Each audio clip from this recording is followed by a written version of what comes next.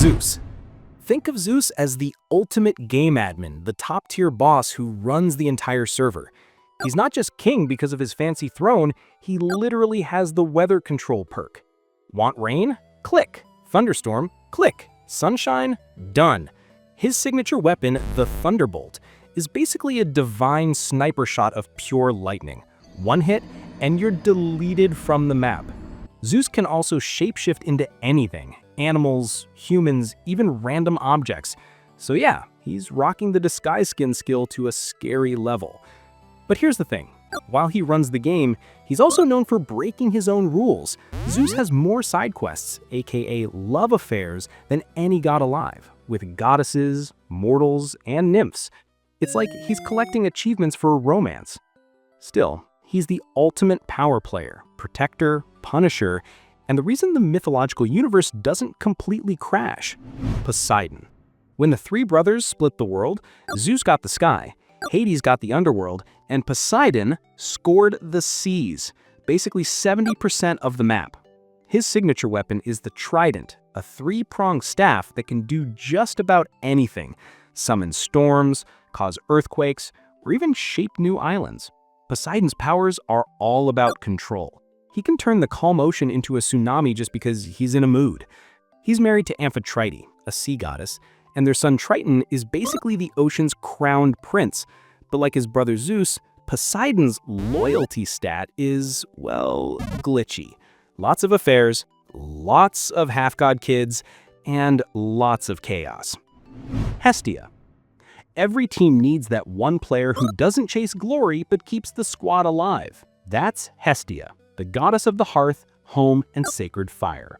She doesn't rule over storms or battles, she rules over peace and warmth. In game terms, she's the support character everyone forgets about but can't live without. She keeps Olympus's hearth burning, which powers the god's home base. She's calm, gentle, and never joins the drama, literally the opposite of her family. While Zeus and Hera are out waging divine soap operas, Hestia is the one keeping the fire lit so everyone has a place to come back to. She's also one of the three virgin goddesses, along with Athena and Artemis, choosing inner peace over romance. Her symbol is the flame, steady, pure, and eternal. In a world full of chaos and quests, Hestia's power is stability. She doesn't win wars, she prevents them. She doesn't destroy, she preserves. Basically, she's the safe zone of the entire mythological world, the home base where the game begins and where every player returns when their HP is low. Hades. Hades is like the stoic CEO of the underworld, the god who runs the afterlife server. He's not evil, just strict. His job isn't to punish souls, but to maintain balance and make sure no one escapes respawn. He's got a few epic items: the helmet of invisibility, which lets him move unseen, and his three-headed pet Cerberus, who guards the underworld gate like a mythic watchdog boss. He's married to Persephone, goddess of spring, though that started when he, kidnapped her. Their story literally explains the seasons. When she's gone, the world goes cold, winter.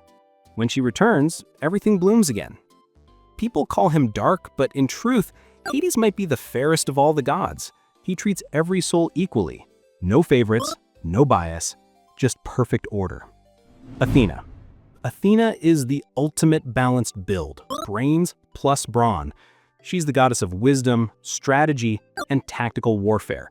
Unlike Ares, who just charges in swinging, Athena plays chess while everyone else is button mashing. She was born from Zeus's head, full-grown and armed, which basically makes her a divine AI spawn. She's calm, logical, and always 2 moves ahead. One of her famous quests was the city naming competition with Poseidon. He gave people a saltwater spring, useful for trade, but she gave them the olive tree: food, oil, and peace. Guess who won? That's why Athens is named after her. Hephaestus. If the gods were an MMO squad, Hephaestus would be the blacksmith who forges everyone's legendary gear. He's the god of fire, craftsmanship, and invention, and basically the universe's head engineer. Hephaestus wasn't born perfect. In fact, he was thrown off Mount Olympus because he was born lame and not exactly model material. But plot twist, he leveled up through pure skill. He built robotic assistants, crafted armor, and designed the gods' most powerful tools. Athena's shield? His work. Hermes' winged sandals? Yep, his handiwork too.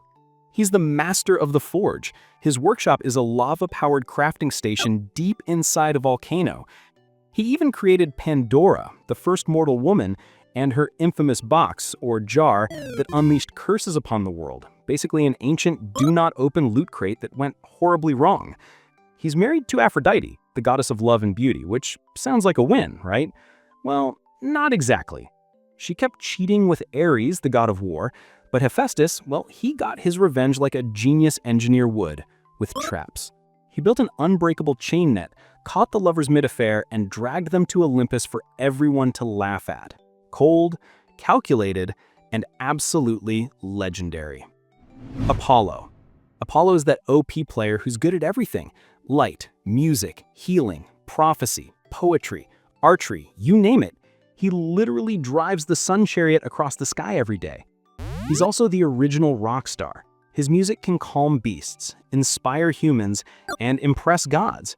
His oracle at Delphi was the ultimate in-game guide. Everyone wanted to know the future, but the prophecies were always cryptic, like half-loaded patch notes.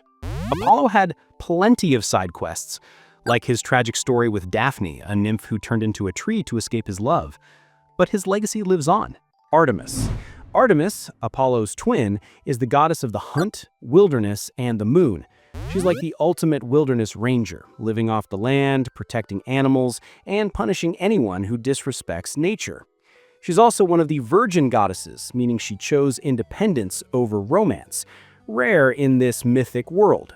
She's the divine protector of young girls and a literal moonlit archer, roaming forests with her pack.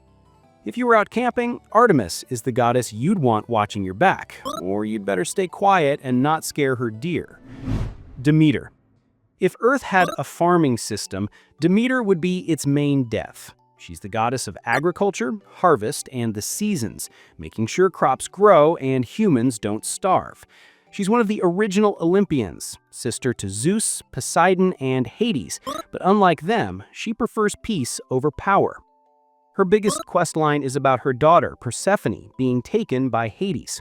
When that happened, Demeter rage quit her duties, and the world went barren. That's why we have winter. It's Demeter's sadness patch. When Persephone comes back each spring, she buffs the planet again. So basically, Demeter controls the seasonal event system of the entire world. Ares. Ares is what happens when you max out strength and aggression, but leave wisdom at level 1. He's the god of war, violence, and pure chaos, a total brawler. He's all about charging into battle, fueled by adrenaline and fury. The problem is, he's terrible at tactics. Even mortals have beaten him in fights. His sister Athena constantly outplays him.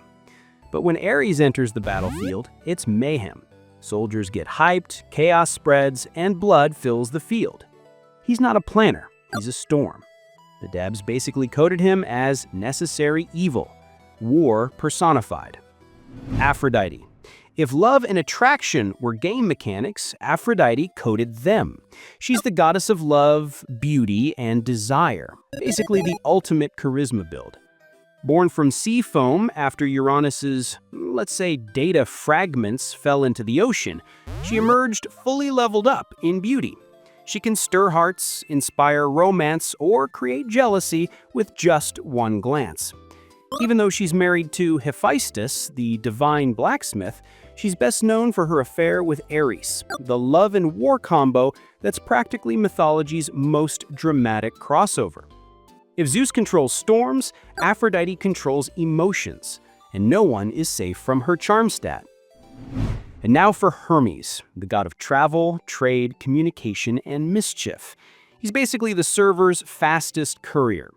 Equipped with winged sandals and a staff, he moves between worlds faster than any other god, like the universe's express delivery guy.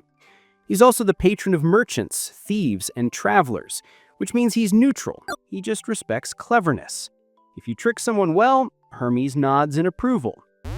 Aside from running divine errands, he's credited with inventing tons of things: letters, math, astronomy, even boxing and gymnastics. He's like that friend who always has a new side project. If Greek mythology were an MMO, Hermes would be the one delivering quests, running trades, and occasionally stealing your loot. But somehow, you'd still love him for it. Dionysus. If the Greek world were a massive RPG, Dionysus would be the bard class, the god of wine, parties, madness, and theater. He's all about emotion, freedom, and breaking rules, the literal opposite of the rigid Olympians. When Dionysus shows up, the map lights up with wild festivals, dancing, and total chaos.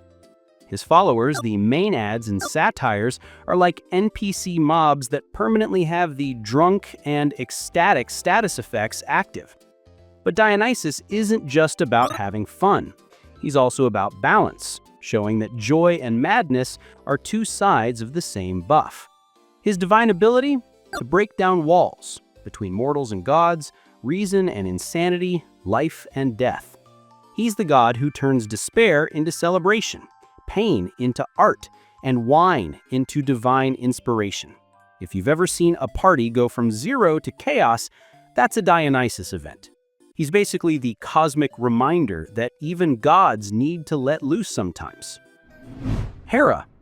If you lived in ancient Greece and wanted your marriage to last or your family to stay protected, you'd send your prayers to Hera. She's the goddess of marriage, women, and family, the ultimate keeper of order and loyalty. But here's the twist. Her own marriage to Zeus was anything but peaceful. Being married to the king of the gods meant constant drama. Zeus had more side quests than any mortal could count, and Hera spent much of her time dealing with the fallout. Since she couldn't exactly take down the top god himself, she redirected her fury towards his lovers and their children. Hera isn't the warm and gentle type. She's more like divine justice in its most personal form. She rewards loyalty with protection buffs, but betrayal? That earns you an instant curse debuff. Powerful, proud, and relentless, Hera reminds everyone that even in Olympus, loyalty comes with consequences. So yeah, Greek mythology isn't just stories about gods. It's an entire game world. Zeus runs the sky server, Poseidon rules the water zone, Hades manages the underworld dungeon, Athena commands the strategy guild, Ares runs chaos raids, Aphrodite charms everyone, Artemis guards the wilderness, Hermes handles deliveries between realms, Hephaestus forges the god-tier gear, Dionysus runs the party events, buffs, and beautiful chaos, and Hestia keeps the hearth, the home base, and safe zone. Each god has their own playstyle, their own powers, and their own drama. It's basically the original open-world RPG, filled with bosses, side quests, loot drops, and divine chaos. And that wraps up this deep dive into Greek mythology Gamer Edition. If you enjoyed exploring the gods like their characters in the ultimate open-world RPG, make sure to hit that like button, subscribe to the channel, and turn on the notification bell so you don't miss the next chapter. We've got more myths, monsters, and divine boss battles coming your way. So gear up, stay curious, and I'll see you in the next quest.